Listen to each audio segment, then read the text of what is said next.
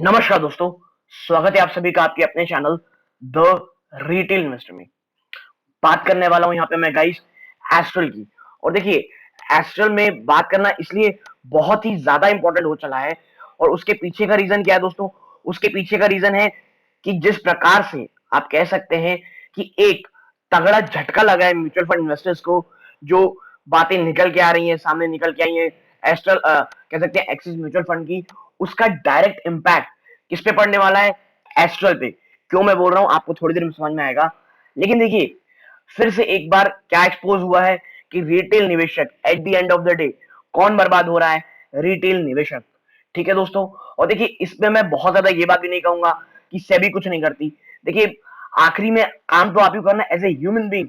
आप बताइए, आप इतने बड़ी म्यूचुअल फंड की बातें कर रहे हैं, वो दो मैनेजर जो हैं, जो फ्रंट रनर की केस में भी पकड़ाए हैं, अगर वो वाकई में सच साबित होता है, जो कि दिख रहा है कि शायद हो ही जाए, उससे ये बहुत बड़ा आप कह सकते हैं झटका लगने वाला है म्यूचुअल फंड निवेशकों को, या आप कह सकते हैं कि रिटेल निवेशकों को, कि भाई एक बहुत ही बड़ा सेफ हेवन, सेफ हेवन जो कह सकते हैं हम, जो एक आदमी से कहता था कि भाई हाँ ठीक है, हम उसमें म्यूचुअल फंड निवेश करते हैं, ये काफी अच्छी होती है, वहां पर भी ऐसे फ्रॉड के केसेस आ रहे हैं, तो वो रिटेल निवेशक क्या करेगा? और इसीलिए मैं हमेशा कहता हूं कि अगर आप इक्विटी मार्केट में निवेश कर रहे हैं, कोई भी चीज फॉर ग्रांटेड प्लीज मत लीजिए। रिस्क बहुत ज्यादा इन्वॉल्व होता है। एज अ रिटेल निवेशक इस बात को आपको समझना चाहिए। ठीक है, ये प्रोबेबिलिटी कि कहीं कोई रिस्क नहीं है या आप म्यूचुअल फंड में डाल दिया तो वहां से कुछ खराब हो ही नहीं सकता। देखिए, एक्सिस म्यूचुअल फंड, एक्सिस जो कि एक टॉप नॉच कंपनी है दोस्तों इन फाइनेंशियल सेक्टर, वहां पे ऐसे खबरें आ रही हैं, तो आप क्या बोलेंगे? खबर इस प्रकार से है कि भाई जो जो दो लोगों का नाम आ रहा है, वो इस प्रकार काम करते थे कि वो पहले ही फंड जो स्टॉक को खरीदना चाहते थे, उसको पहले ही खरीद लेते थे। फिर फंड हाउस जो उनका रहता, जिसको कह लीजिए आप कह सकते हैं एज ए मैनेजर ऑपरेट करते थे, उसमें नहीं, उसको खरीदारी करते थे, जिसके कारण जो ऑलरेडी उनके पास होल्ड स्टॉक था वो ऊपर चला जाता था। तो देखिए, यही चीजें हैं। ठीक है, लेकिन इसमें एस्ट्रल पाइप का क्या है? ये गिरावट जो इतनी भयंकर एस्ट्रल पाइप ने दिखाई है, इसमें क्या करना है? क्या लॉन्ग टर्म में कोई डेंट पड़ सकता है? इन तमाम चीजों में चर्चा करूंगा दोस्तों। वीडियो अंत तक देखिएगा, बहुत इंफॉर्मेटिव, बहुत एजुकेटिव वीडियो होने वाली है। खास करके उन निवेशकों के लिए मुझे लगता है ये वीडियो बहुत अच्छी होगी जो अभी तक निवेश नहीं किए हैं इस स्टॉक में, क्योंकि ये स्टॉक बहुत ही ज्यादा अच्छे अट्रैक्टिव लेवल्स पे मुझे दिख रहा है for a longer term prospectus. सारे लेवल्स भी बताऊंगा कि क्या 200 ईएमए के आसपास ये आ रहा है, और क्यों मुझे लगता है फ्रेश इन्वेस्टमेंट या एवरेज आउट भी करने के लिए बहुत बहुत अच्छे लेवल्स हैं। लेकिन आगे बढ़ने से पहले, पहली बार अगर इस चैनल में आए हैं, चैनल को सब्सक्राइब करें। वीडियो जो अच्छी लगती हो लाइक जरूर कीजिएगा। सीधा लेके चलता हूं शेयर प्राइस की तरफ। देखिए, ये है एस्ट्रल लिमिटेड। ठीक है, आप देखें 1734।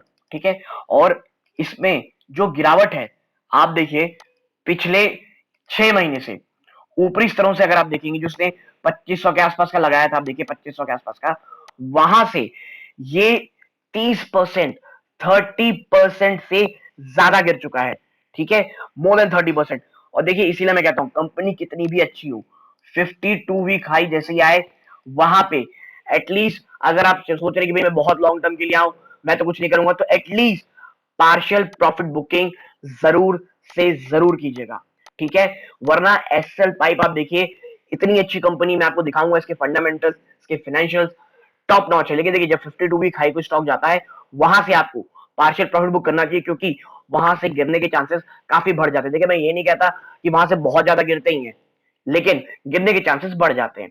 और अब आप देखिए, अगर बात करें यहाँ पे पिछले 1 साल में अगर आप देखेंगे, तो देखिए ऊपरी स्तरों में ये वापस से गिर चुका, लेकिन देखिए ये जहां था उसी के आसपास आ गया है दोस्तों, देखिए। ठीक है, तो ये लेवल्स मुझे अच्छे लगते हैं। लेकिन देखिए, प्रॉब्लम कहां होगी? प्रॉब्लम देखिए, अगर आप सर्च करेंगे ना जाके, तो आपको ऐसे खबरें दिखाई देंगी। देखिए, Axis Bank mutual fund saga, what the recent mutual fund controversy is what can be done for safeguard investor। देखिए, आप बात कर सकते, कुछ भी कर सकते हैं, लेकिन देखिए, किसी को फ्रॉड करना है तो ऐसे नहीं तो वैसे वो रास्ते खोज लेगा।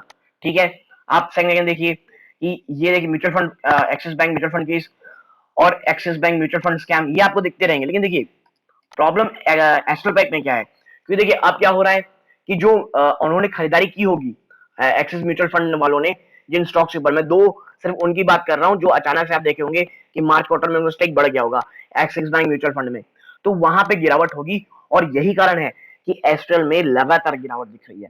ठीक है, आप देखें अगर एस्ट्रल पाइप का आप अगर शेयर होल्डिंग पैटर्न देखेंगे तो आप पाएंगे, देखिए डीआईआई है axis mutual fund trustee limited, आप लॉन्ग टर्म इक्विटी फंड, आप देखिए ये दिसंबर क्वार्टर रहा 3.65, ये बढ़ के 3.87% हो गया है। ठीक है, और ये लगातार बढ़ा है दोस्तों, एक ये देखिए बल्कि एक दो तीन चार चार क्वार्टर से लगातार एक्सिस म्यूचुअल फंड एस्ट्रल में अपनी स्टेक बढ़ा रही है, और यही कारण है कि इसमें अब ऊपरी स्तरों से लगातार सेल ऑफ दिख रहा है जब एक्सिस बैंक म्यूचुअल फंड का स्कैम आया है। और देखिए लेकिन आपको अगर याद हो इन्फोसिस में जब केस हुआ था अमेरिका की तरफ से, अमेरिका में कुछ विसिल ब्लोअर का केस हुआ था, इन्फोसिस बहुत बुरी तरह गिरा था, मुझे याद है लगभग 40-45-60% के 40-45-50% शायद आसपास वो गिरा था। लेकिन जिन्होंने निवेश किया होगा अपनी कंपनी में भरोसा किया होगा, लेकिन देखिए देखिए मैं ये नहीं कहता कि जो भी विसल ब्लो होता है केस खराब होता है, लेकिन एक इन्फोसिस जैसी बड़ी कंपनी अगर इतनी खराब हुई, गिरावट हुई उसमें जस्ट बिकॉज ऑफ न्यूज, जिन लोगों ने निवेश किया होगा गाइस विद इन 3 और 4 मंथ या मुझे याद है 6 मंथ में स्टॉक दुगने से ज्यादा हो गया था। जी हाँ दोस्तों, मोर देन 2x। मैं ये नहीं कहता है एस्ट्रल भी हो जाएगा, लेकिन देखिए ये कंपनी अच्छी है और फंडामेंटली स्ट्रांग है, इस कंपनी के मैनेजमेंट में कोई इशू नहीं है दोस्तों। आप कोई म्यूचुअल फंड नहीं किया हो तो छोड़ी बहुत गिरावट, और गिरावट जो आप देख रहे हैं ये उनके कारण हो रही है।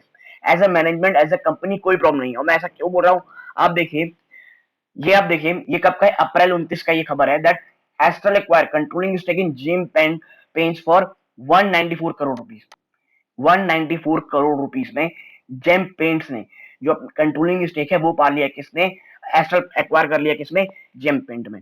ठीक है, to expand product line Ahmedabad नहीं plumbing pipe and building material major Astral Limited on Friday announced acquisition of controlling stake in the operating business of gem paints private limited marketing a foray into the paint business। ठीक है, देखिए ये company क्या क्या काम कर रही है, जो आपको एस्ट्रल देखिए, आप देखिए ये पिडिलाइट के सामने भी आके खड़ी हो गई है एस्ट्रल प्लस। अगर आप जाएंगे ना बस एक बार हार्डवेयर शॉप जाइएगा, आप पूछिएगा भाई जो डिलाइट के प्रोडक्ट्स हैं उसके सामने कौन से प्रोडक्ट आए हैं, आपको एस्ट्रल का नाम जरूर जरूर सुनाई देगा। चाहे वो पाइपिंग प्लम्बिंग, चाहे उन्हें जोड़ने के लिए जो भी केमिकल यूज होते हैं, इन तमाम चीजों में जो एडिसिव प्रोडक्ट्स हैं उसमें भी एस्ट्रल आ चुका है, बिल्डिंग प्रोडक्ट्स में एस्ट्रल आ चुका है। आप देख रहे हैं पेंट इंडस्ट्री में उन्होंने अपना स्टेक बढ़ा लिया है। आपको मैं बता दूं पिछले साल अक्टूबर में ये जो कह सकते हैं आप जो सैनिटरी है, जो आप बाथरूम फिटिंग्स हैं उसमें भी अपना लीजिए अपना बिजनेस बढ़ा चुके हैं। तो एस्ट्रल एक स्लीपिंग जाइंट है, ये आपके पास मौका है just to invest for a longer term. मैं फिर कहूंगा लॉन्ग टर्म की बात कीजिएगा। ठीक है, और अब मैं आपको दिखाता हूं कि लेवल्स की बातें जो चर्चा लोग करते हैं वो कहां है। आप देखिए इसका पियोट्रोस्की स्कोर, देखिए जो पियोट्रोस्की स्कोर होता है ना ये उनके लिए होता है जो फाइनेंशियली बहुत स्ट्रांग हो, और ये 8 में है यानी कि स्ट्रांग फाइनेंशियल इंडिकेट कर रहा है ये। ठीक है दोस्तों, आप 3 साल के सीजीआर ग्रोथ देखिए, revenue 14.8%, net profit 32.2%, operating profit 36.7%, यानी फाइनेंशियली स्ट्रांग, ग्रोथ भी तगड़ी। ठीक है, यानी कि मैं फिर कह रहा हूं इसी दोस्तों कि कोई भी कंपनी के ऊपर प्रॉब्लम नहीं है दोस्तों। हाँ ये प्रॉब्लम जो आ रखी है ये एक्सिस बैंक म्यूचुअल फंड के कारण है जो गिरावट दिखा रहा है ये स्टॉक, लेकिन for a longer term I am very much bullish on the stock. ठीक है, अब बात करते हैं लेवल्स की। तो देखिए इसने पहला सपोर्ट तो अपना तोड़ दिया है, सेकंड सपोर्ट इसका दोस्तों 1685, और ये जो 1685 है ना ये वाकई में बहुत ही तगड़ा सपोर्ट है दोस्तों। ठीक है, ये क्लासिक और फिबोनाची में अगर आप देखेंगे तो ये दोनों में ही बहुत ही तगड़े सपोर्ट है, और उसके बाद तीसरा सपोर्ट 1500।